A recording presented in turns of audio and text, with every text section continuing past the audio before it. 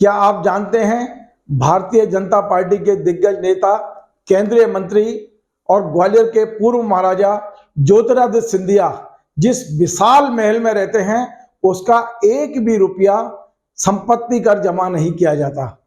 ये बात मैं नहीं बोल रहा हूं, ग्वालियर में भारतीय जनता पार्टी के पूर्व जिला अध्यक्ष राज चड्ढा ने सोशल मीडिया के जरिए ये खुलासा किया है। नमस्कार, मैं हूं रविंद्र जैन और आप देखना शुरू कर चुके हैं सबकी खबर। सबकी खबर में आज एक बिल्कुल नए तरह का मुद्दा है और मुद्दा यह है कि ग्वालियर का जो सिंधिया महल है, जिसे हम जयविलास पैलेस के नाम से जानते हैं, ये हिंदुस्तान के सबसे शानदार महलों में से एक महल है। इस महल का निर्माण 1874 में ज्योतिरादित्य सिंधिया जी के दादाजी के भी पिताजी जयाजी राव सिंधिया ने कराया था और इस महल की जो आज की कीमत है वो लगभग 4000 करोड़ रुपए बताई जाती है। इस महल का जो निर्माण हुआ है वो 12,40,000 स्क्वायर फीट में हुआ है। विशाल महल में 400 से अधिक कमरे हैं और इनमें से 35 कमरों को म्यूजियम में बदल दिया गया है। आप अंदाज लगाइए, इस विशाल महल का संपत्ति कर 1 रुपया भी जमा नहीं होता। ये बात मैं नहीं बोल रहा हूं, भारतीय जनता पार्टी के दिग्गज नेता रहे, ग्वालियर में जिला अध्यक्ष रहे राज चड्ढा जी ने सोशल मीडिया पर लिखा है। पढ़िए राज चड्ढा जी ने क्या लिखा है। तो आपने देखा, राज चड्ढा जी ने अपने फेसबुक पर लिखा है कि ये जो महल है, इस महल का खसरा नंबर ही नहीं पता है आज तक और यही कारण है कि नगर निगम ने आज तक इस पर संपत्ति कर लगाया ही नहीं है। इस संबंध में जब हमने राज चड्ढा जी से फोन पर बात की तो सुनिए उन्होंने क्या कहा। और चड्ढा जी, कल आपने सिंधिया महल के लिए भी लिखा है कि महल का संपत्ति कर जमा नहीं हो रहा है, क्या मामला है वो? तब ऐसा है कि 50 मील एकड़ में 50 मील क्षेत्रफल में ग्वालियर का जयविलास पैलेस और उसका उद्यान है। जी जी। लेकिन जानकारी यह है कि उसका कोई खसरा नंबर ही अंकित नहीं है शासन के पास। अच्छा। बीच में एक बार इसकी जांच बिठाने का आदेश भी हुआ था और तहसीलदार जो है इसकी नापतोल करने के लिए भी पहुंचे थे। तो सुना ये जाता है कि भोपाल से फोन आया यहाँ के संभागायुक्त महोदय को और उन तहसीलदार साहब को वापस बुला लिया गया, तो वो नापतोल स्थगित कर दी गई। अच्छा। अब कहाँ हम एक गरीब को 1000 फुट की झोपड़ी के ऊपर भी हाउस टैक्स लगाते हैं और कहाँ 50 वर्ग मील क्षेत्र में फैला हुआ महल और हिंदुस्तान के बहुत बड़े उद्योगपति और भूतपूर्व राजा का महल अगर एक पैसा भी ग्रह कर नहीं देता तो हम क्या समझे कि ये न्याय है? क्या ये गरीब के साथ इंसाफ है? ये तो गलत है ना।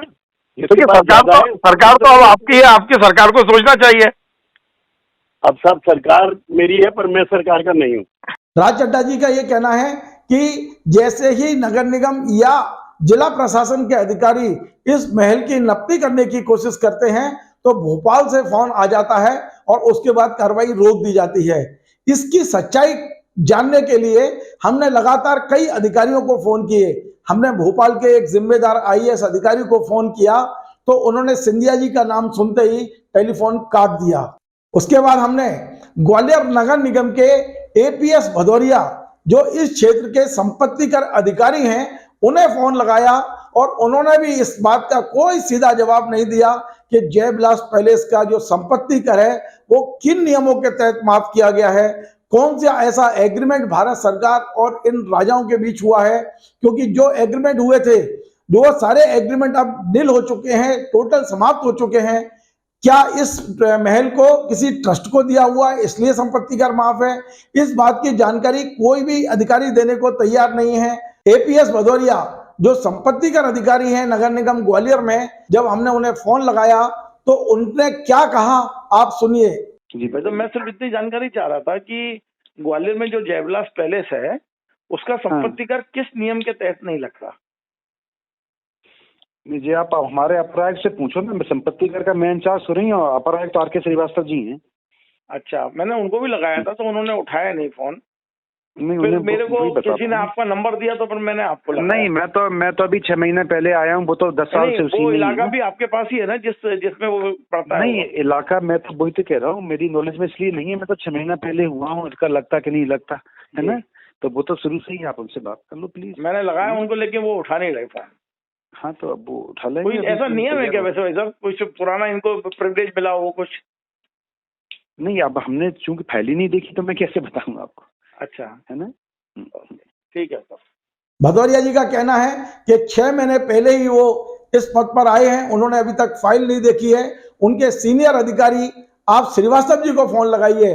हमने श्रीवास्तव जी को भी फोन लगाया, लेकिन हमारे बार बार फोन लगाने के बाद भी श्रीवास्तव जी ने टेलीफोन नहीं उठाया, मोबाइल नहीं उठाया उन्होंने, और कोई भी जानकारी उन्होंने हमें नहीं दी।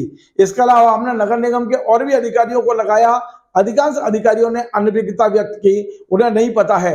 मैं आपको बता दूं, इस समय पूरे मध्य प्रदेश में जितनी भी नगरीय संस्थाएं हैं, चाहे नगर निगम हो, नगर पालिका हो, नगर पंचायतें हो या नगर परिषद हो, इन सब जगह आय बढ़ाने के लिए संपत्ति कर वसूली का मुहिम चली हुई है। 1000 स्क्वायर फीट से जो बड़े प्लॉट हैं, यदि वो संपत्ति कर नहीं देता है तो अधिकारी उसके कुर्की के नोटिस चिपका दिया करते हैं। लेकिन ग्वालियर के अंदर जो सबसे बड़ा भवन है, जो एक राजा का सबसे बड़ा महल है, उस पर संपत्ति कर 1 रुपया भी नहीं लगाया जा रहा। और किन नियमों के तहत किया जा रहा है ये नियम कोई बताने को तैयार नहीं है। भारतीय जनता पार्टी के नेता खुद कहते हैं कि ये नियमों की धज्जियां उड़ाई जा रही हैं। राज चड्ढा जी का साफ कहना है कि उस पर संपत्ति कर लगना चाहिए, लेकिन हम देख रहे हैं कि इस विशाल महल जिससे बड़ी आय होती है, क्योंकि वहां एक म्यूजियम भी है, उस पर अभी तक किसी प्रकार का भी संपत्ति कर नहीं लगाया गया है। आप महल देखिए, इस महल की कीमत 4000 करोड़ रुपए बताई जाती है। इस महल में जो टेबल है भोजन करने की, जो डाइनिंग टेबल है, उस पर परसने के लिए एक चांदी की ट्रेन चलती है। हम आपको वीडियो में दिखाने की कोशिश करते हैं चांदी की ट्रेन। इस ट्रेन से वो भोजन परसा जाता है। इसका जो दरबार हॉल है, ये दरबार हॉल, विशाल दरबार हॉल बनाने के लिए जो आर्किटेक्ट हैं, उन्होंने इसकी छत पर 8 हाथियों को चढ़ाया, क्योंकि उसका जो लोड है वो ले सकें। इस दरबार हॉल के अंदर बताया जाता है 560 किलो सोना लगाया गया है। आप अंदाज लगाइए आज 560 किलो सोने की कितनी कीमत है। इस दरबार हॉल की जो दीवारें हैं, उस पर चमक लाने के लिए 560 किलो सोने का उपयोग किया गया है। इस विशाल महल का 1 रुपया भी संपत्ति कर ना देना, ये उन गरीबों के साथ मजाक है जो प्रति वर्ष अपना समय से संपत्ति कर चुकाते हैं। किसी कारण से यदि संपत्ति कर नहीं चुका पाते हैं तो उन्हें नगर निगम के न केवल नोटिस मिलते हैं, बल्कि मकान के कुर्की के आदेश तक आ जाते हैं। ऐसे में एक नेता का, एक केंद्रीय मंत्री का, एक पूर्व महाराज का संपत्ति कर ना चुकाना निश्चित तौर पर मध्य प्रदेश की जनता के साथ इससे बड़ा मजाक नहीं हो सकता। हमारा ये कार्यक्रम आपको पसंद आए, आप इसे शेयर करें, लाइक करें, इस पर कमेंट करें, और आपसे निवेदन है हमारे इस चैनल को सब्सक्राइब अवश्य करें। धन्यवाद।